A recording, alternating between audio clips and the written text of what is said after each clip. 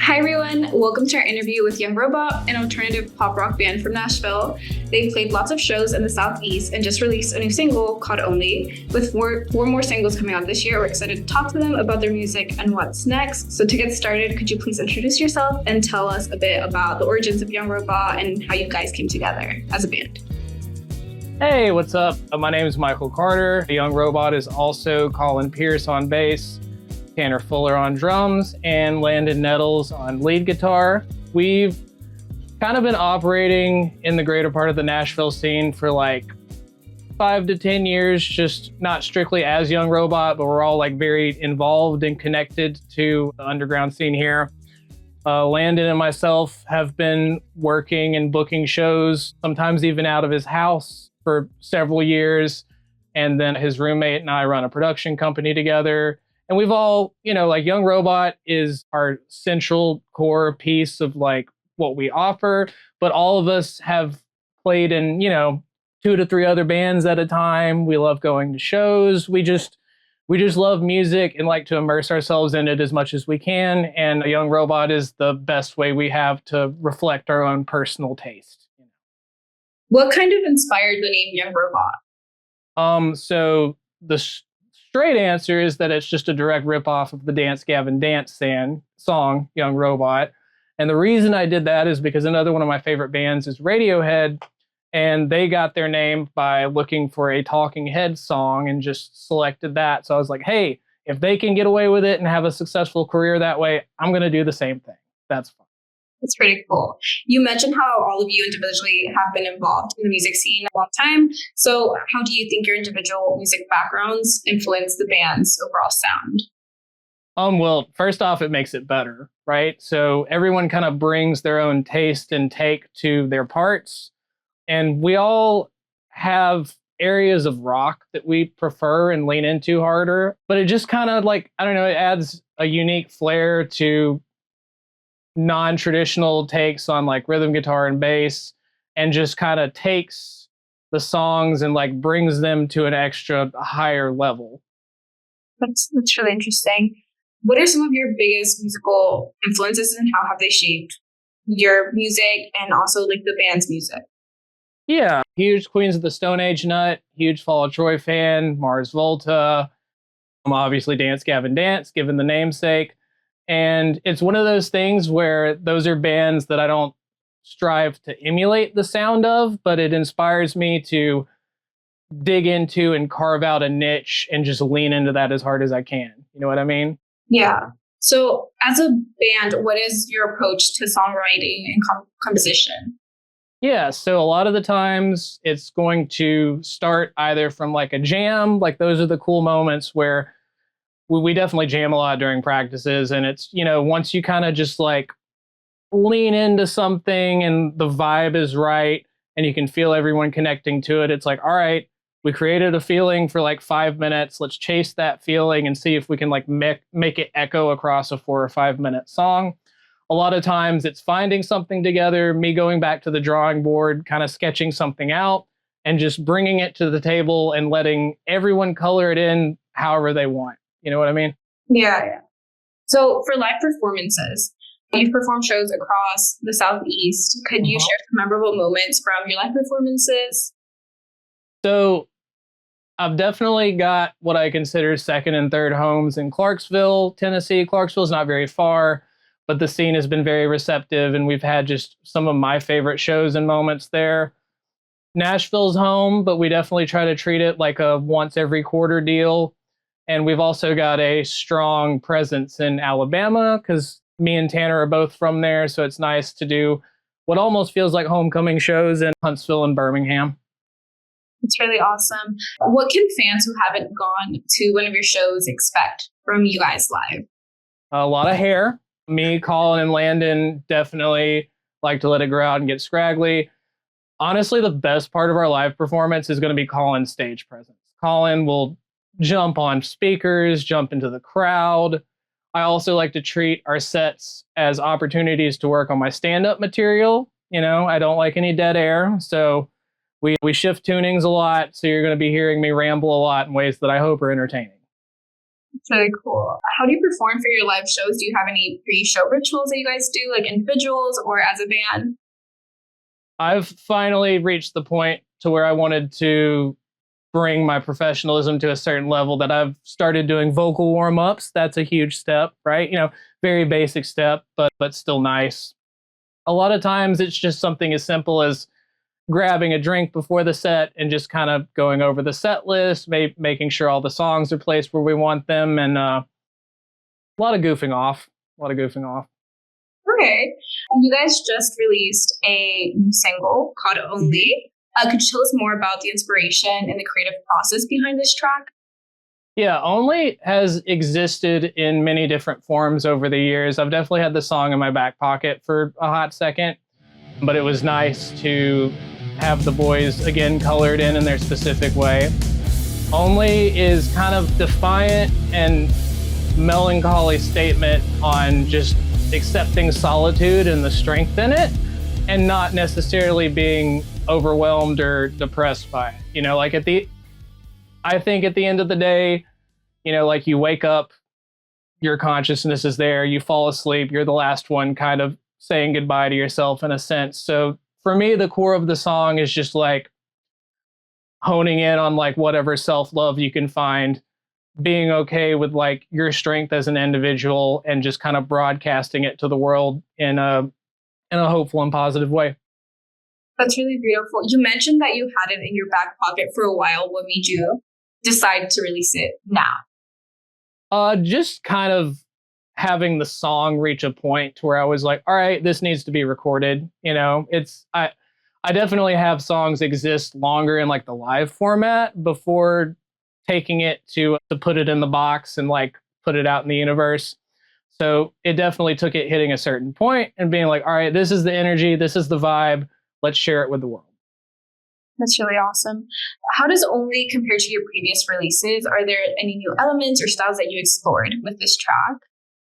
It's definitely a modern rock song that kind of shoves a MySpace era 2000s metalcore breakdown in at the end that I'm very proud of. That's very fun to play live. We close with it a lot. And a lot of the guitar tones on the solos and things like that kind of lean more into a higher end progressive element. We use a lot of the Neural Archetype DSP plugins. And so there's a lot of like the Archetype Gojira on there and things like that. And so it's a really cool blend of like, it's like a nostalgic sound, but the production elements give it like a modern sense of life that kind of makes it fit more into the context of what's currently going on musically than our previous efforts, if that makes sense. Before we get to the rest of this video, I wanted to give a shout out to our latest endeavor, the Upstate Sound Academy. I'm sure you already know the music industry is constantly changing. Every 3 months there's like something new we gotta figure out. And for those just starting, it can be pretty intimidating because it's not just about making music. So what we're doing is developing these free tools for you guys to use. From where to sign up to collect your royalties, how to write a proper artist bio, how to make great content. We even have what we're calling a pocket mentor. That one's kind of our flagship chapter because I didn't have a mentor when I started, so I wanted to be able to provide answers for the questions you probably don't even know to ask yet. So if you're interested in receiving these free tools, just email academy@theupstatesound.com and we'll send it right over to you. I'll even hop on a call with you and learn more about you and what you got going on, because we do know everyone's path is different and we're a new age label here at the Upstate Sound, so follow for more. Back to the video. What do you hope listeners take away from Only? I just want them to headbang. I want them to like vibe to it. I also strive to make catchy vocal lines and hooks and put them over heavier things, not to a point that's out of place, but it's like I want it to be as heavy as a rock song, but I want it to be as catchy as a pop song. I want both. So you guys have 4 singles that are releasing this year, correct? Correct, yeah. What can fans expect from these upcoming tracks? A lot of stylistic variation. I will say 2 of them were recorded in one era and the other 2 were recorded in another era in terms of like our producer-engineer relationship. So I do think the soundscapes that we create are just going to be like miles ahead of what already exists. And I think lyrically, it's better than anything we've done before. It's just going to keep getting better. You're welcome to jump on the ride whenever you want, but we're going to keep going up and up the roller coaster. That kind of leads into my next question. I was going to ask, how do you think your music has evolved over the years, and where do you see it heading in the future? Yeah, I really just think it's up to becoming ourselves more, right? You know, like when you first get a band together and start working on music, you're kind of a hodgepodge of your influences and like your backgrounds. And like the longer you're able to sit and exist in the creative space together and figure out what language everyone is speaking, you eventually get to a point to where you're just like learning how to write and speak and communicate better. So instead of just like picking a stylistic area that I think we're headed towards, I just want to say we're becoming ourselves better. That's awesome. And you guys are based in Nashville, correct? Yep. Mm-hmm. So Nashville is a city known for its musical influence. So how do you think the local music scene has influenced your journey as a band? It's really taught us to not be afraid to innovate. And it's also just made us value community more. Nashville does have a huge songwriter musician community, but that can oscillate back and forth between being, you know, like a huge amount of support on some evenings or like for particular things, or it's like, you know, please come to our show. I know there are 12 other shows also happening. Please come to ours. So it's kind of like a dance, you know. There's a lot of competition, but there's also, again, a lot of community, and learning how to carefully navigate that in a way that like allows for everyone's growth and not necessarily being egotistical about it is kind of what leads itself to, I think, longevity and success here.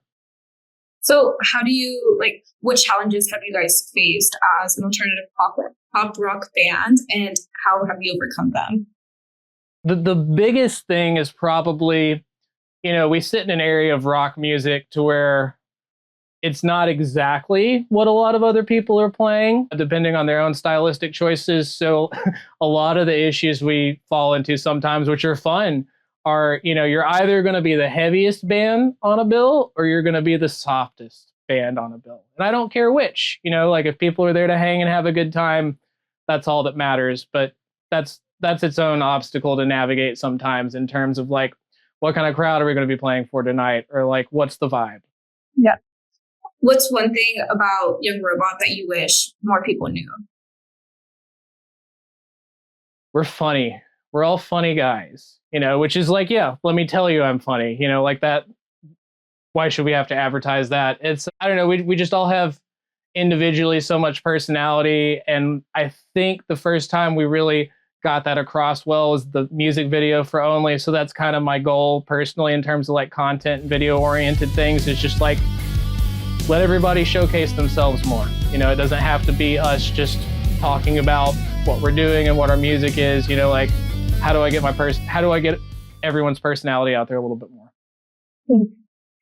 What message do you want to convey to your fans through your music?